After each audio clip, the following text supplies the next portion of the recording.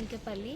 మా ఊర్లో pre primary టీచర్కి అప్లికేషన్ పడ్డందున ఇంటర్ బేస్లో ఇస్తామన్నందుకు నేను ప్రీ ప్రైమరీ టీచర్కి అప్లై చేసుకున్నా.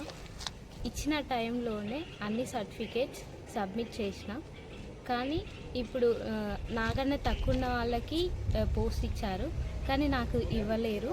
హైయెస్ట్ మార్క్స్ ఉన్నా నాకు ఎందుకు రాలేదు అని నేను ఇక్కడ డిఓ సార్ దగ్గర అడిగితే సార్ ఏమన్నారు అంటే రెసిడెన్స్ లేనందున మీకు రిజెక్ట్ అయిందని చెప్పారు. సో నేను ఖచ్చితంగా ఇచ్చినాను సార్ అని చెప్పడం ద్వారా సార్ నెక్స్ట్ డే రమ్మన్నారు.